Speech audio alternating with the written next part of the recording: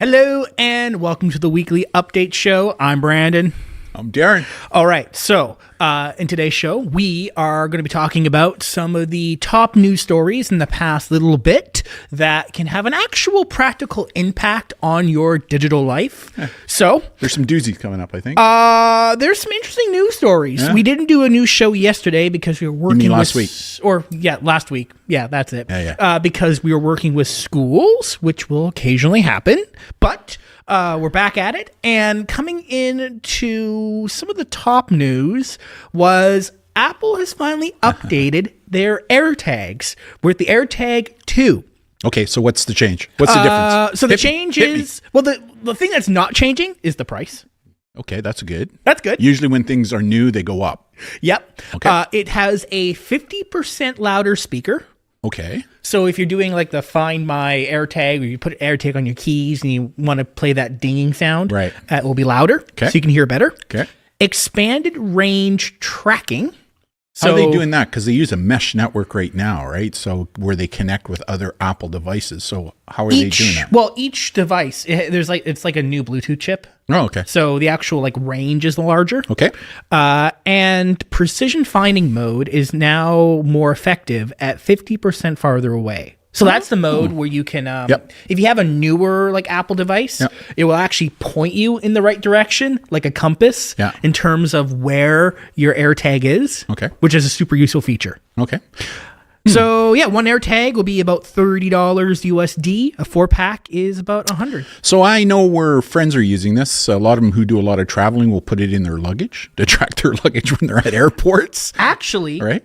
Some airlines have partnered with Apple, and you can actually assign your AirTag and kind of share with the airline. Yeah. It's like at major airports. Yeah. And so basically you can get a live update of your luggage, both from you and the airline. Yep. Another interesting one is I know people who don't have it already built into their car with regards to the older cars that maybe don't have an in-car computer system for car theft. All right, locating a car that has been stolen, using it that way. So I've seen that happening. I've seen people who are using it. Yeah, I've seen people who are using it for seniors with dementia, who are wanderers, where they'll put it into the sole of the shoe. In fact, I saw a company not too long ago that's created this new insole for shoes now, where the AirTag fits right into this insole that you put into the shoe. Yep. So for wanderers, it's a good way that if they do wander for whatever reason and you can't find them, this may help you locate them. Have you seen the pet collars? Yeah, I've seen those as well. So, however, there's a downside to this, which is, you're going to be doing a presentation pretty soon with digital abuse, right? Where you're going to be talking about how, maybe you're in a relationship and you're trying to leave that abusive partner, and that abusive partner who wants to track where you're going will maybe throw an AirTag into the car that you have, or maybe into your purse and you don't know it's there. At least Apple does have some security features. Which is now we're going to what I wanted to talk about, to say that this is why it's so important that if you're concerned about that kind of stuff, I know that Apple has these features I'll let you talk about, that if there is an AirTag close to your proximity, you'll get a warning on your phone, right? Yeah, so basically if Apple assumes that as a user, if you own the AirTag, it will relatively be within your vicinity for a decent amount of time. Yeah. So if you just have an AirTag and you throw it far, far away, eventually it will begin to ping. I've seen you throw. That's probably not going to be a reality. Yeah, no, I couldn't. No, bad example. Maybe slingshot. Okay, that's but basically, if you take an AirTag and it's away from your home for an extended period of time, it'll begin to notify with the louder speaker going, "Hey, I'm here." Yeah. So there is some, and people can, Apple does have apps where you can scan for nearby tags. And you can put those onto Android phones now too, right? So it doesn't matter, even if you have an Android phone, if somebody's using an Apple AirTag and it's near you, it'll pick up on and alert you as to where it may be located, right? So this is actually something that we talk about in our presentation for people who are leaving relationships, to make sure that they have set up on their phones, just in case their ex-spouse or soon-to-be ex-spouse isn't tracking them. Yeah. Yeah. So great update for Apple AirTags. Yeah, neat. And what's great, it's the same housing, so you don't need to get like a different loops or anything or accessories. You know, one of the things I've been thinking about is now we got to figure out how we can create it so it's really sticky, so that police officers, when you're in a pursuit, you can toss it at the bad guy's car. It sticks on the car, and then you can. I've seen there's these guns out there now. They look like they shoot these big sponge darts, and they have like a GPS tracker, and you shoot them at the back of the car, and it sticks and that kind of stuff. So, but like who is it? It's who has the boomerang? The Marvel? Is it Wonder Woman or no? That's DC Comics, That's right? DC. Yeah, DC. Oof, cardinal sin right there. I know. Right, where they have that boomerang thing or whatever, where they can throw it and sticks. Anyways, I think that'd be kind of cool. Okay, right? That's a good question. Would police department, I don't know, using a consumer level, I don't know, police use consumer level products all the time. Yeah, they do. It's just that what a great way, like, high speed pursuits are dangerous, right? I know that when I was in policing as a road boss, if one of my officers got into a high speed pursuit, we needed to know, what were the road conditions, what are your speeds, what are other traffic pedestrians. These are all things they have to take into consideration to shut it down. It's very, very rare that we'll get into a pursuit, which means these bad guys know they can get away. So if we can all of a sudden throw one of these trackers on them, run as fast as you can, right? Interesting idea. Yeah. Anyways. Well, so or hold on before you go. I've also seen a new product in the United States being sold by some companies. Pretty cool, where you put remote. A drone on the top of the police car, and then you can launch the drone. So it's like having your own helicopter following somebody. Like they've got a couple of now in the United States where they're actually showing where these guys in full speed pursuits, they don't have helicopters as a police department, but they have drones now. And these drones were actually tracking these guys. They showed one where the guy actually dived into the harbor and tried to swim underneath a wharf and hide underneath the a wharf, and the drone was able to go down to the water level, and then using the infrared, they could see the body underneath the. It was pretty cool, right? Push a button. It's like Iron Man, right? Where you have those things flying out. Anyways, I'm a tech geek on those types of things. Interesting. Because we know chatbots, LLMs, they scrub the internet for data. Yeah, they hoover it. So apparently people are noticing that, because you can ask things like ChatGPT to give you citations for where it's generating the data from. Yes.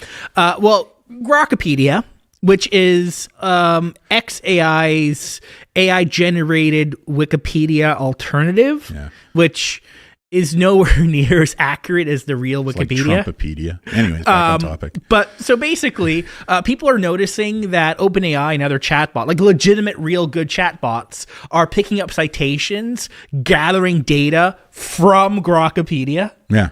So, oh boy. Yeah. Oh boy. Right. Like what's going on? Grok right now is a dumpster fire, as we all know, right? X is a dumpster fire.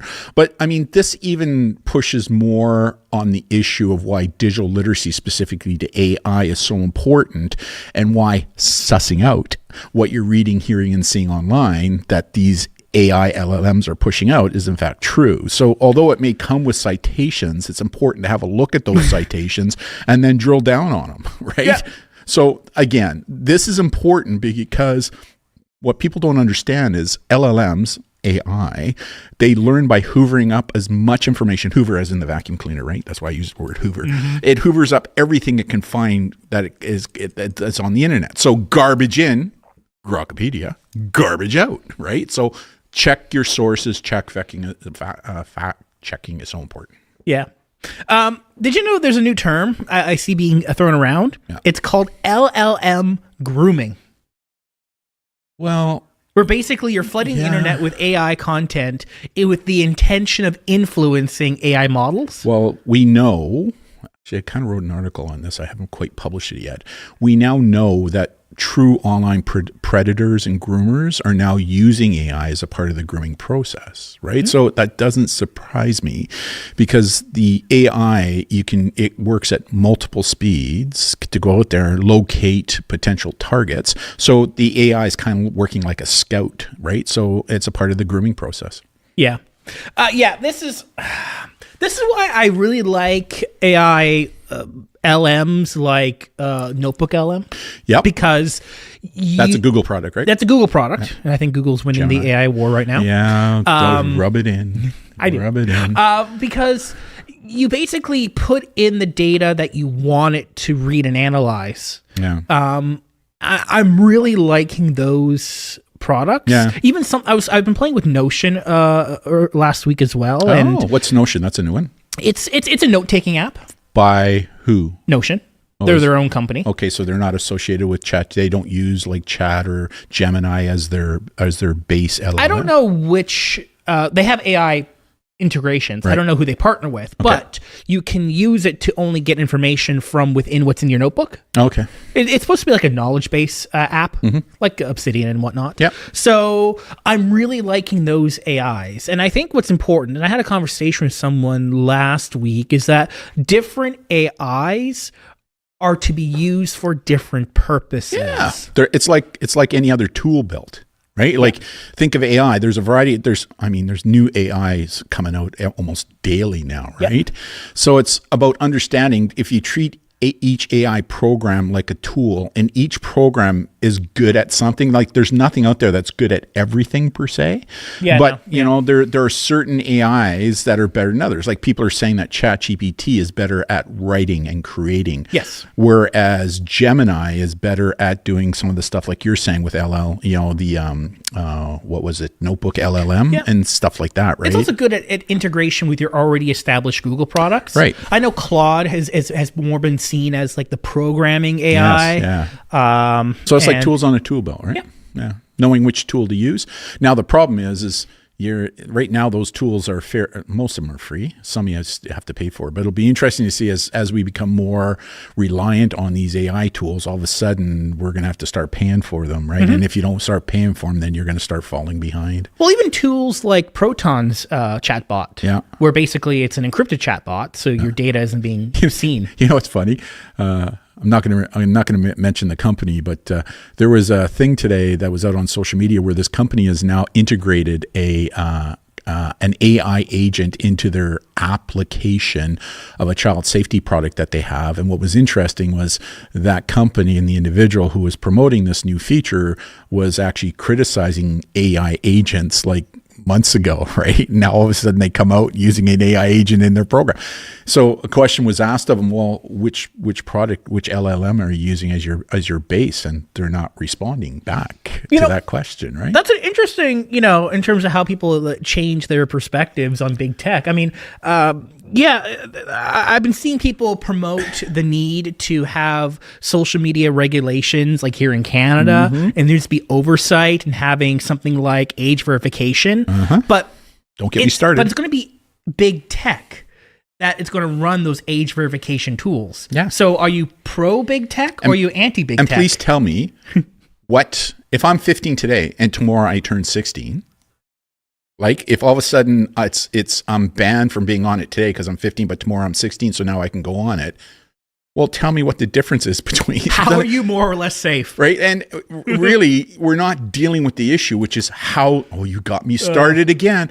We're not dealing with how these social media and AI products are designed and causing some of these issues, right? That's what we need to be looking at. Now, I'm not saying that age gating shouldn't be appropriate on things like pornography sites, alcohol issues, drug issues. Careful, we're on YouTube. Right. But that's all I'm saying is that I do agree that there needs to be age gating. Like if you go to that site that says Corn Hub.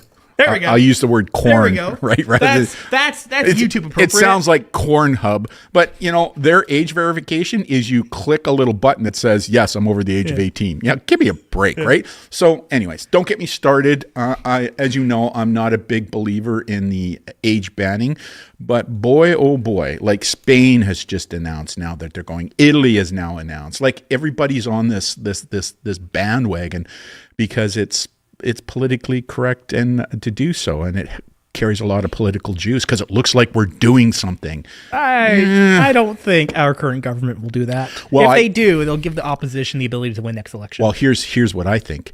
I think I think nothing is going to come out until the new CUSMA Because remember yes. there's right now under Kuzma, there's a Right. section, I think it's 19 or something like that says, hey, listen, here in Canada, when we signed up to it, we can't hold any social media platform in the United States liable. It's kind of like their shield that they have in the United States, the Section 230 that they have in the US. I don't think that Canada is going to come out with any kind of ban or anything else like that until after Kuzma has been settled, because they don't want to poke the bear. I think we should be poking the bear. Pumpkin. Yeah. Okay. Next. Okay. So TikTok Yeah. Here we go. data in the U.S. Here is I now go. within the U.S. However, if you're actually looking at the terms of service, Yeah. it is worse. I actually wrote an article on this. It is it's on our site. completely worse. I talked about this on our website. Here's what people don't know. Like the whole reason why TikTok became in question was we referred of the Chinese Communist Party was collecting all our data and using it, right? Well, now the three companies that purchased TikTok are big organizations. One of the biggest ones is Oracle. And the head of Oracle is extremely close with a certain president south of our border who has, the owner of Oracle has basically said, hey, listen, she that controls media will control elections and that kind of stuff. So when you look at the type of information, when you drill down and actually look side by side what the old privacy and terms of service look like compared to the new stuff, the amount of data, like you just said there, that is being collected is way more. Now what's using? Like a good example, Brandon, all of a sudden, some of the videos that were being playing down in the States over some of the ICE incidences that are going on, like all the things that ICE do, you can't play them anymore on places like TikTok. People have been having issues with some videos and the algorithm or on and Meta or you know what I mean? So I personally think that TikTok, the amount of personal information we're putting in there now is going to be even leveraged greater and to a degree under political influence, right? Funny enough, previously TikTok did not collect GPS level location data, but now it does. Yeah. It clearly states it collects AI prompts, questions, uploaded files, AI generated responses. Religious It now affiliations. completely works with claiming advertisers, publishers, measurement partners, data shared may include. There's so much more data being collected. So I don't really think. Was it really about data protection? No. It's all about collecting the data to financially benefit from it and control the population. I see people are moving to Upscrolled now. Yep. So there's we'll or Lemonade. Like the kids are now moving over to Lemonade, which is owned by BitDance, which own TikTok. It's basically a TikTok clone. That's what it is, right? So people are now going, well, see a TikTok, right? Because of what's going on. So are we going to have a Twitter X situation here? Where everyone now moves to... Well, it's already happening, right? Like, a really good example of the movement over the age banning is a good example. There's a brand new article on our website where I just talked about the fact that just over the past 2-3 weeks now, we've now helped 3 teens who've fallen victim to sextortion. And what's interesting is they are all off-platform or moved over to Telegram. Now, that was happening to a degree in the past, but not to the frequency we're now seeing it. And my hypothesis is because now that age gating is coming into place where those under 16 can't use TikTok, Snapchat, these traditional platforms and Instagram where you could communicate privately, the bad guy is going, okay, well, let's go over to a platform then where we can now use that falls outside of the legislation, right? Well, a lot of these platforms, like the mainstream ones, do have AI detecting what's in your conversations, which could get them caught. So move to an app that. Well, you know, if I'm a fisherman and I'm in a fishing hole and all of a sudden I'm not catching anything because there's no longer any fish there for whatever reason, i.e., age gating. Well, guess what? I'm just going to move to another fishing hole where all the kids have migrated to, where it falls outside of the legislation, where there's fish to be caught. Makes sense to me. Right? So, and we're seeing that anecdotally right now and empirically. So this is something that was kind of suggested prior to these age gatings coming into place. And we're now seeing this starting to take place, right? So, another interesting fact, you'll like this one. Some of the mental health hotlines in Australia have seen an increase in the number of calls from youth connecting with them to talk Why? Because the platforms that they were using to stay connected, to talk with others, to kind of deal with these issues and kind of self-manage what was going on are no longer available. Oh, like have friendships. Yeah. And yeah. Yeah. So interesting, right? To every action, there's an equal and opposite reaction. So, yeah. Okay, so this one was interesting. Ring can now verify if a video has been altered. So with Ring, when you have your camera, your data being sent to their servers, because that's where the video is stored, basically it's watermarked. Yeah. And if you come across a Ring video, you can basically put it they have this like detection feature now. Yeah. And it can tell you if the video was the original or if it's been altered. Because if you've been to Sora, which I go to daily now just to see what's going on, you see a lot of Ring camera footage that is obviously being altered, right? Yeah. Well, the thing is that and some of it looks really real. Because AI generated 4K video is very difficult to achieve because, but if you're using like a low resolution webcam view or like a Ring camera where those cameras are naturally a little more blurry, AI videos are more convincing. So yes, honestly, this is a pretty good feature. Yeah, no, I don't disagree with that. You wonder why you can't do it on an iPhone, why Apple can't do it now on an iPhone. Like if I record something on the iPhone, and then I post it online, why couldn't Apple do the same thing? No, because all your videos have to be sent to Apple servers. They then have to watermark them and all that stuff. So that's a now there are apps that are available because I have been seeing people who are recording, people who are out in public, or people who are maybe protesting, and there's a lot of criticism over is this video AI or not? Has it been edited? Yeah. So there are apps on the market that basically when you press record, the data is automatically sent to a server, watermarked, hashed, in order to be used for obviously for a cost, right? Yes. I haven't looked at pricings. Yeah. I think I've seen a few that were free, but this is I like this idea. Yeah, I don't mind this one, right? Because they're trying to deal with the issues surrounding deepfakes, right? Mm-hmm. Which is great, considering people use Ring cameras more as security. Again, a defense counsel would have said, well, prove that's actually me.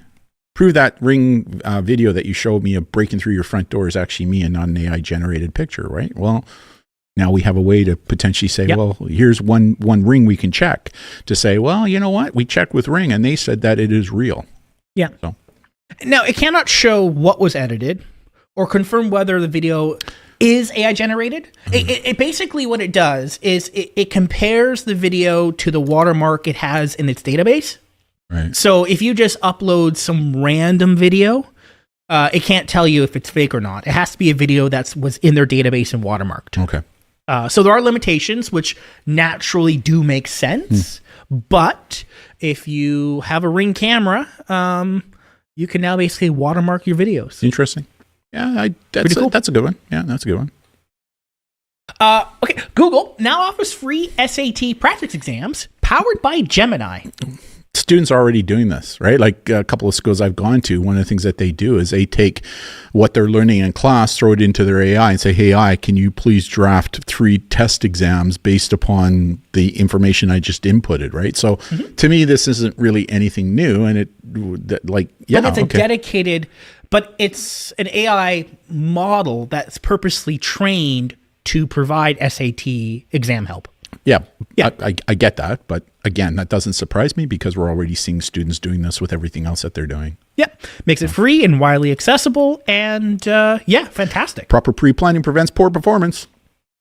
Snapchat gives parents new insights into teens' screen time and friend connections. So Snapchat, which good on them, they're one of those apps that have a parental portal where parents who actually want to take the agency and actually try to manage their kids' online activity, go figure.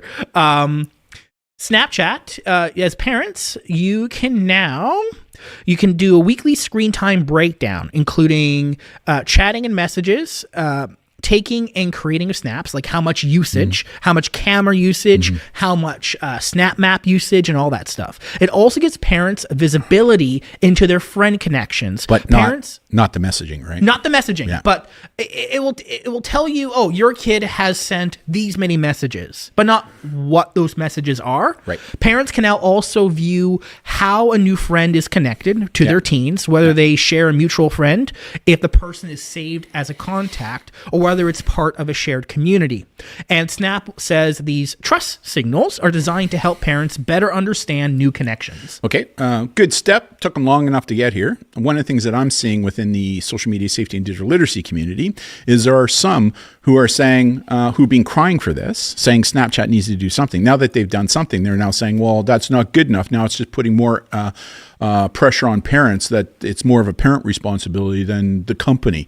Well, hold on a second here. You've been crying that Snapchat needed to put more parental issues and protections in there, which they're now doing. However, I do believe that there needs to be more pressure on platforms like Snapchat, TikTok, all the others, to look at the design of it in the first place. What more can Snapchat do besides actually giving parents the messages? And there's ways to get the message. I mean, a good example, if you have an iPhone, one of the apps that we now recommend is called Bright Canary. It's a US-based company out of Seattle that will now allow you to see messages being sent in Snapchat or any pictures being sent in Snapchat. So it gives you a little bit more visibility. It doesn't have access into the app. It uses like local screenshotting and keyboards. Correct. Right. So what it does is it uses basically a virtual keyboard that the person can't bypass.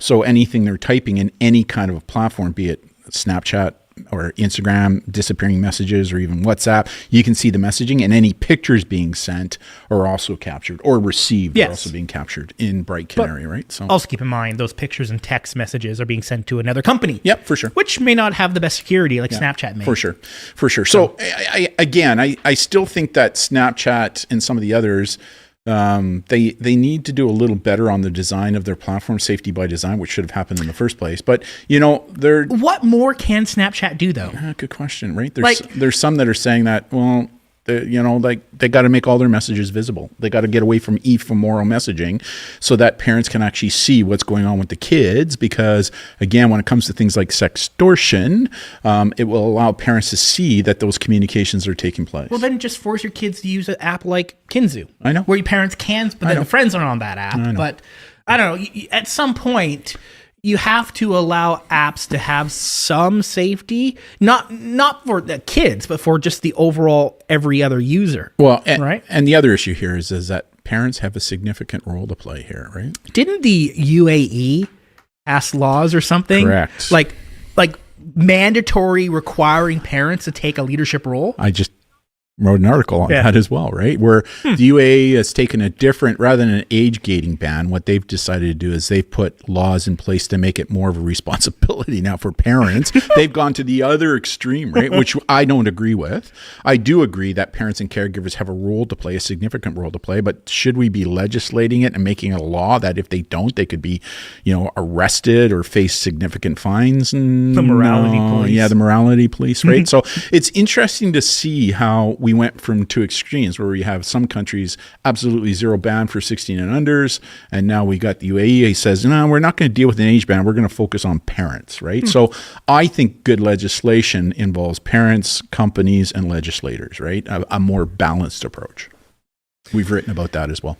So for families, if you're not using the Snapchat parental features, you probably should. Yeah. If not, then you don't really have much to argue about. Yeah. Like the tools are there. Yeah. So and use them. And it's not as difficult. Some people are saying, oh, it's too hard to do. It's not that hard to do. It's basically how to do this. And you know what? Use AI to help you do it too, right? Like just plug in the ChatGPT or Gemini. Hey, Gemini, can you help me set up Snapchat's new insight into screen time and friends? And it'll spit it out for you and just follow it, right? Yep. So you and I might have a debate on this one because I think we have some different opinions. Bring it on. Amazon's adding AI Power Assistant to One Medical. I don't like it.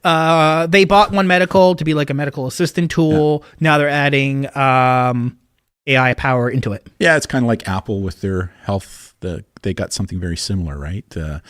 on the Apple Health application that they have as well. Like I'm still not like I understand the why behind it. I do, but I'm still really concerned about putting any kind of intimate medical issues that you may be dealing with as an individual into a product that is owned by a company that traditionally has monetized that stuff. Wait, isn't every service monetization of like look at digital health records today. I just wrote an article on that. Let's look at our government, right? Yeah. Right. Well, the servers have to be hosted by someone somewhere, right? So someone is making money to provide a service or hardware. So at any point in the chain, money's being made. So what health AI can do, it can explain lab results, help manage medications, book appointments, answer general and even sometimes complex health questions using the patient's health history. So one of the reasons I think this is becoming more attracting to individuals is because in Canada, as well as elsewhere, trying to get healthcare is a real challenge, right? Like try to get it, like my doctor is moving to Alberta. Yep. So I've lost a doctor. So I'm in a queue right now to get a family doctor. And they've told me, you probably got 6 to 12 months to wait to get a doctor. Well, if I need a doctor, that now means I have to go to a clinic. And that means I'm sitting in a clinic for hours and hours and hours, right? Like if you're in Canada, if in the US, you got to pay thousands of dollars. I know. So both ends of the spectrum. And so I understand this. It's just, I'm really hesitant about putting any kind of personal medical information into this, right? But how is that different from a government health record system? Well, it depends upon the server that they're using. Is it sandboxed, right? Like, are the information you're putting into the government entity server, is it being data mined by Amazon or by Google or by Apple, or is it a sandboxed individual server, right? Like, those are questions that I have. Okay. So let's assume this product is following, which it says it's following HIPAA guidelines. Yeah. Right. But just because you're following HIPAA doesn't necessarily mean, again, I just wrote about this, because right now Canadian family doctors are messing around with AI specifically to take notes during visits. You're a patient, you go into a family doctor, rather than the doctor taking notes and writing the chart, they're getting AI to do it for you. And as a result of that, the most current research I just read said it saves doctors in the study that they're running right now, and I think it was in the Yukon and Ontario, if I'm not mistaken. There was one other province, I forget what it was, where it found that it kind of saved them about 2 hours of work that they would have to dedicate at the end of the job to writing up charts and everything. So there's 2 hours, 15-minute appointment per person. Yeah, you could fill a lot more people. So absolutely. So doctors are saying it really adds, it helps deal with the gets them home earlier, right? Because they're now not doing all this. But it allows them to see more patients. But now the question is the notes that these things are generating, are the doctors reading them to make sure that they're accurate? Because we know that a lot of AI has somewhat of a hallucinogenic effect, where it sometimes writes things that just aren't necessarily true, which could affect when it comes to medication issues. Who is the server with? How are these companies that are developing these doctor AI platforms, how are you using the information that we as patients are putting in to train their LLM? Aren't there already checks and balances in medications? Isn't that what pharmacists do? Right? Yes. Right? They check all the meds that you've been issued to determine if, there's some counter interactions. Yeah. Right? Yeah. But it's my understanding that those servers that they're using to do that, they're sandboxed. They're not owned by these big companies, right, that are potentially data mining them. Amazon claiming that's not what the purpose is of this. Yeah. Right. I mean, how many times has Amazon said that they're not, and then later on we find out they are, or they've paid a huge settlement? But I think the risk here to Amazon is much larger in terms of if there is an issue, the actual lawsuit. Think they care. I don't think they care, to be quite honest, right? Yeah, but I also think, why would people care, right? If you have to determine hey, you get health care that's way cheaper in the US, or you actually get health care here in Canada, right? If you just determine you use AI, despite the risks of being data mined, where is that scale and balance? Yeah, I think it's so new. It's like anything else. Like when a new app comes out, what's one of the first things we say? We say, give it 6 months months to a year to let it mature and let people test it and see if there's any friction they can create in the use of the app. I think this stuff is so new right now that we just don't know. And because of that, I'm just really hesitant about saying to people, yeah, go ahead and use these type of medical apps. Because again, what happens if the information I'm putting in there is now accessible by an insurance company? Right? Now the insurance company is now learning about my health records. And because of that, all of a sudden my premiums are going up. Right? So there's just all kinds of questions that need to be asked that aren't being answered yet. And one of the things that concerns me about doctors are really good at medicine. That's what they're experts at. But I find a lot of doctors don't necessarily understand technology and AI. And so they're not asking the right questions. A good example is right now in Canada, what spawned that article I wrote was a Canadian who's very AI literate went into a doctor's office, and on the wall, the doctor had a poster that basically said, hey, we're using this AI to record our sessions, to write notes and all that kind of stuff. And they said, well, that's the informed consent, which is required. My argument is that's not informed consent. That's just advising. Informed consent is when you explain to the patient what the benefits and what the negatives are, and then actually asking the patient, hey, during this session with me, is it okay if I'm using my AI to take notes for your chart? And if they say, okay, then you ask them, well, what did I just say to you? And they repeat back to me. That's what we call informed consent. Kind of like in policing, right? Like we've run this before, right? If I'm going to search somebody and they're not under arrest, in order for me to search them, I need to get informed consent from them. Right? And informed consent basically means, hey, listen, you're not obliged to say or do anything. You're under no legal obligation to allow me to search you. And by the way, if I find anything with your consent that makes you arrestable, I'm not going to arrest you. Can I go ahead and search you? Yeah. Okay. So what did I just say to you? Right? And if they can repeat back basically what I just said, that's informed consent. The answer is don't consent to a search. Correct. That's basically the answer. But that's what informed consent means. So I don't think putting a poster up on a wall that you hope your patients are going to read is informed consent. So anyway, so those are some of the minutia in the argument surrounding this issue, which is healthcare, and how that information, which can be extremely intimate in nature, we got to make sure that the proper balance is in place. And although these companies can promise you they're following HIPAA, I think we still need to drill down a little bit deeper and test it and look at it, and let's make some decisions. You know, like the question I have is, how is this LLM for this note taking that the doctors are using? How is it training itself? Like, well, what's it doing, right, with my data? So just bigger questions that people need to start asking rather than just accepting it because somebody puts on a white lab coat, puts a stethoscope around their neck with DR beside their name. We have a habit of trusting them, right? Yeah, which we should. But it's kind of like a trolley problem, right? It's, trolley problem? No. Okay, the trolley problem is, there's a trolley coming down. Like a train thing? A train. Okay. There's a train coming down the tracks. Yeah. You can split into two. Yeah. Where basically on one side of the track, someone's tied up on the tracks, one person. Yeah. The other side of the track is 5 people. Yeah. But one of those 5 people might be a really bad person. Yeah. Who do you save? 5 people, including a bad person, or 1 good person? So here, it's kind of what I see. It's like, yes, there's challenges with AI, but if you need medical care and you can't get it because it's too expensive or there's no doctors, and you could potentially catch cancer sooner. Yeah, I mean, is that worth giving up your data? Because if you don't, you could be unalived because of cancer. Yeah, we see that going on with counseling apps right now, right? Like, try to get in to see a counselor or a psychologist or a psychiatrist because you have a mental health challenge that you have to deal with. Good luck, right? Unless it's an emergency and you're arrested by the police, right? But other than that, so people will turn to these companionship bots that are specifically therapist bots to help deal with those issues. Well, there's some concern there, right? There really is, because, who's designed them? What are they saying? Don't get me wrong. There's some good research coming out right now where there are some universities under the tutelage of doctors and psychiatrists and psychologists who are designing LLM specifically to deal with mental health issues as a first responder type of thing to kind of triage to help them before they actually can get in to see a doctor or even afford to see one.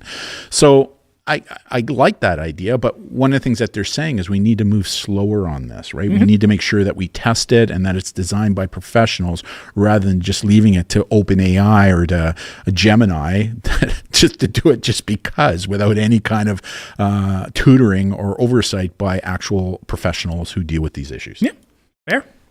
Okay.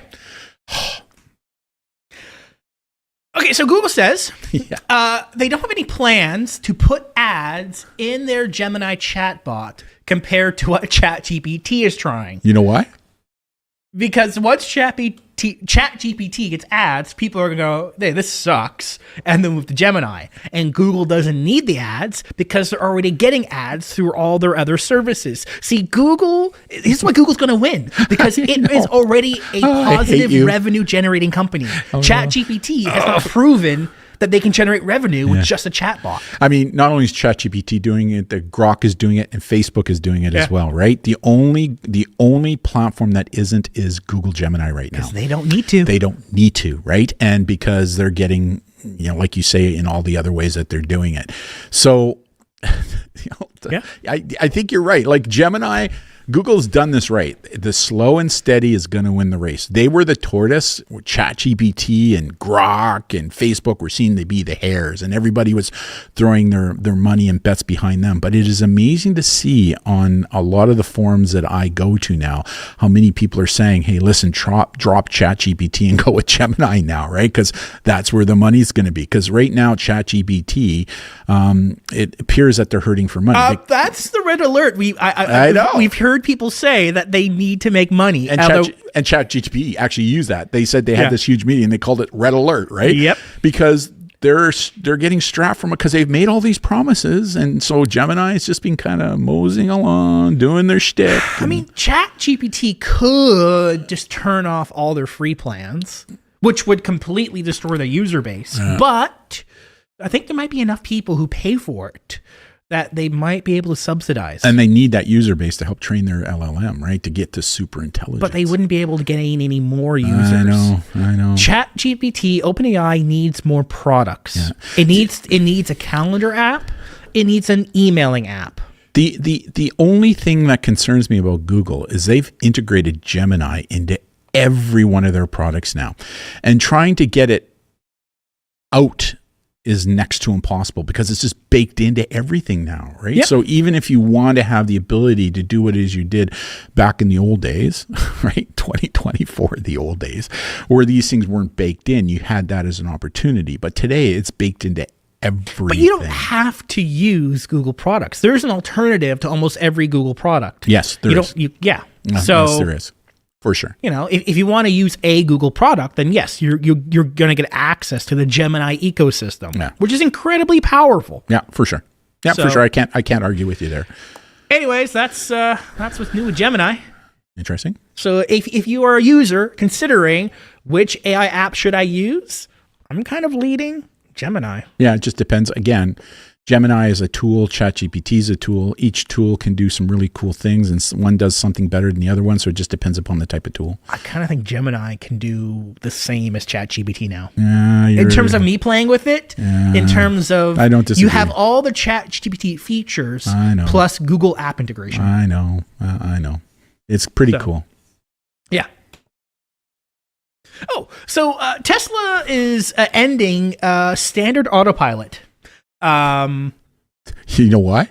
Because they're losing market share. They need to make money, right? Like they're losing huge market share right now. So they got to, and again, it just goes to show you when there's a company that has the largest market, they can do whatever they want, right? Yep. Now, however, with competition, that is going to have consequences. And so the only reason they're doing this is to monetize it, right? Yeah. Because they're losing market share. You can still get autopilot, but you have to pay for it. It used to come built in. Now you got to pay for it. Exactly. I did see a report. They're actually, it was, I think yesterday or so, I didn't add it, but Tesla is looking at building a lot of their cheaper car models and shifting manufacturing to their robots to their $2,000 robot models, which honestly is probably a smart option because there is so much competition in the car market. There's not a lot of competition in the home robot market, like an actual Android robot. Except which is coming from places like China and that kind of stuff right now, right? So some of the robots that they're developing there. But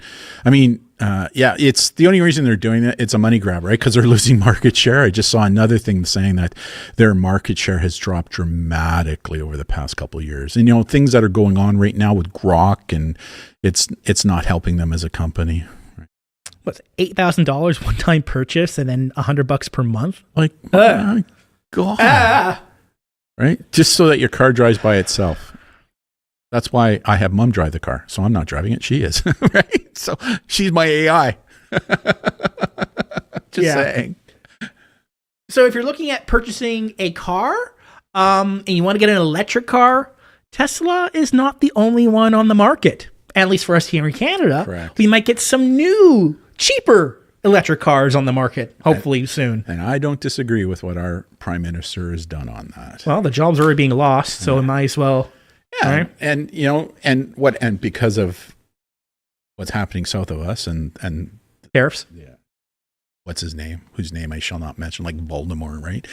Whose name I shall not mention.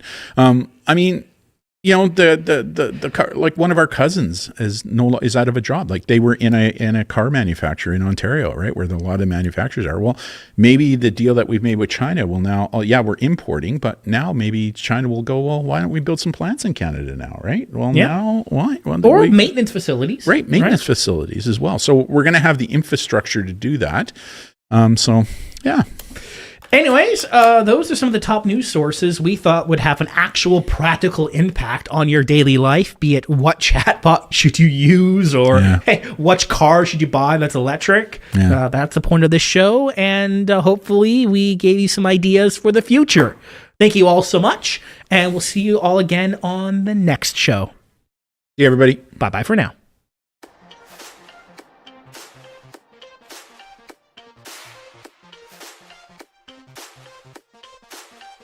Good afternoon, Dr. Court. How you brought yourself to where you are today? Wanting to be generous and accommodating. Work with young people.